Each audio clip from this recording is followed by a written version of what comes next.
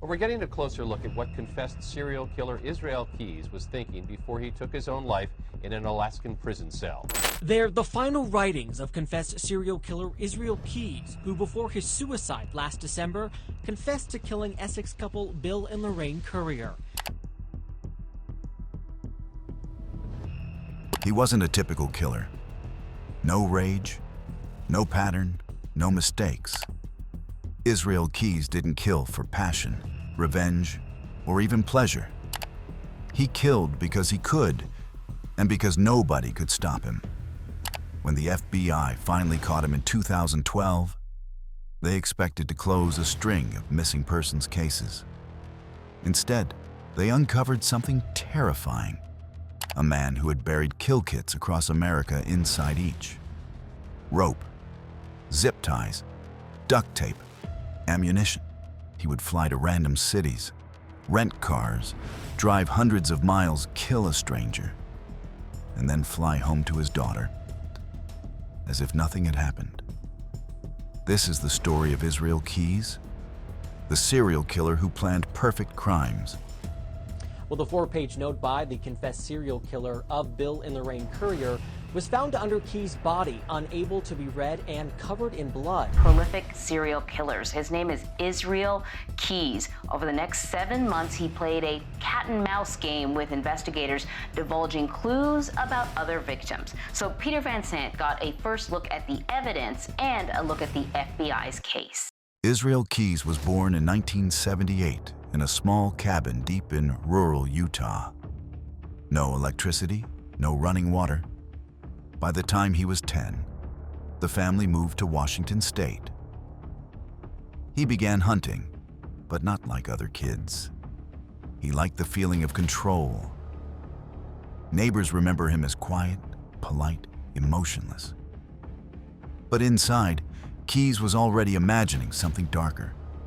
He once tied a cat to a tree and shot it with a revolver. He told friends later he felt nothing. At 17, he joined the U.S. Army. There, he learned discipline, procedure, and how to disappear. After leaving the Army, Keys opened a small construction business in Alaska. He raised his young daughter. But beneath that calm exterior, he was crafting a secret life. He told investigators later, "I didn't want to be like other serial killers. I didn't want to get caught." Keys studied every major killer in American history. Bundy, Dahmer, BTK, so he planned his murders years in advance. He picked victims at random. He buried kill kits across the country, 10, maybe more. Keys' process was almost military.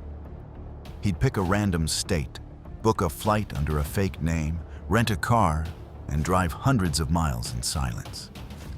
He didn't choose victims based on age or gender, only on opportunity. He stalked neighborhoods at night, cutting power lines, breaking into houses when asked what he looked for. He said, "A house with no car in the driveway and no dog." Then he'd leave quietly, dispose of the bodies where they'd never be found, and return to Alaska like nothing happened. In June 2011, Keys flew from Anchorage to Chicago. He rented a car and drove over 1,000 miles to Vermont. For days, he scouted small towns until he found a quiet neighborhood in Essex. That's where he saw Bill and Lorraine Currier, a middle-aged couple. No children, no alarms. Perfect targets. He broke into their home through the garage, cut their phone lines, and tied them up. He told them they were being kidnapped for ransom. But there was no ransom. He drove them to an abandoned farmhouse where he killed them both, burying them beneath the basement floor. The house was demolished a year later. Their bodies were never found. His eyes set on Vermont, a state known for its quiet towns and serene countryside. Over the next several days, he drove tirelessly, covering more than 1,000 miles, passing through winding roads, sleepy towns, and dense forests. Every mile brought him closer to his goal. Yet Keys remained patient. knowing that finding the right target required careful observation and strategy. His mind was focused, methodical, and chillingly calculated. As he reached Vermont, Keyes spent several days scouting small towns, observing neighborhoods with the precision of a predator. He looked for homes that seemed isolated, families that seemed unaware of danger, and signs that no one would notice his movements. His attention eventually settled on a quiet neighborhood in Essex. He spotted Bill and Lorraine Currier, a middle-aged couple who lived alone. Keyes began watching the Currier home, noting their routines and studying the layout of the property. Then, one night, he made his move. He broke into their house through the garage, careful not to alert the neighbors or attract attention. Once inside, he disabled their phone lines, ensuring that no calls for help could be made. He restrained the couple, tying them up with calculated precision. To maintain control, he lied to them, telling Bill and Lorraine that they were being kidnapped for ransom. Every word was meant to instill fear, every movement designed to assert dominance over his unsuspecting victims, but the threat of ransom was a lie. Keyes had no intention of negotiating. His goal was far darker. After subduing the couple, he transported them to an abandoned farmhouse, a desolate structure far from prying eyes. There, he carried out the horrifying murders, taking both lives with a cold and calculated efficiency. Once the deed was done, he buried their bodies beneath the basement floor, leaving no immediate trace of the crime. The farmhouse itself became a silent witness to the atrocity, holding the secrets of the Currier's final moments. A year later, the farmhouse was demolished, and with it, any remnants of the crime scene were lost. The bodies of Bill and Lorraine Currier were never recovered, leaving their disappearance shrouded in mystery. The quiet Essex neighborhood, once a scene of daily routines and neighborly familiarity, became an unspoken reminder of the darkness that can hide behind ordinary doors.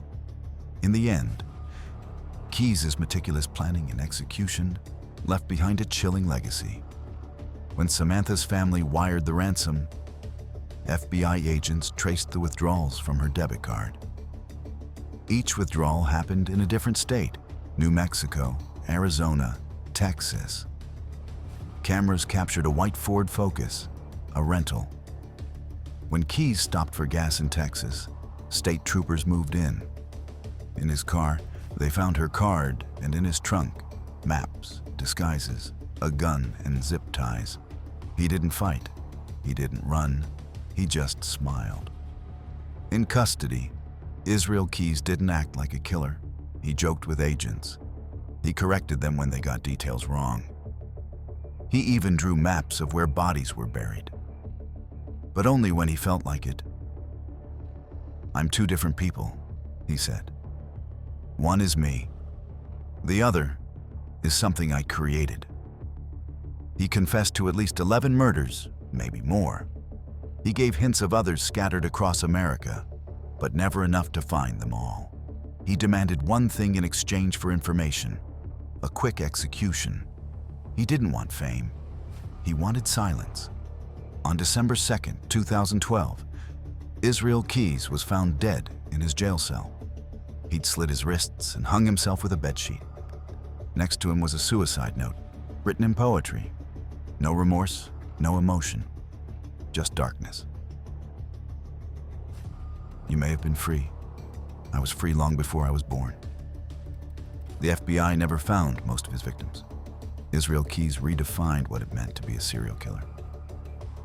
He didn't hunt for identity, thrill, or recognition. He killed with purpose and precision. He showed that evil doesn't always scream. Sometimes it whispers from the seat next to you on a plane. It checks into the same hotel. It smiles at the cashier. And then it drives into the dark toward a kill kit buried years ago, waiting for its owner to come home.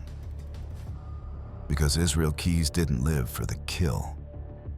He lived for the control before it. And that's what made him the most dangerous kind of monster. The one who was patient. If you found this story chilling, make sure to hit that subscribe button and turn on notifications so you never miss another true crime mystery.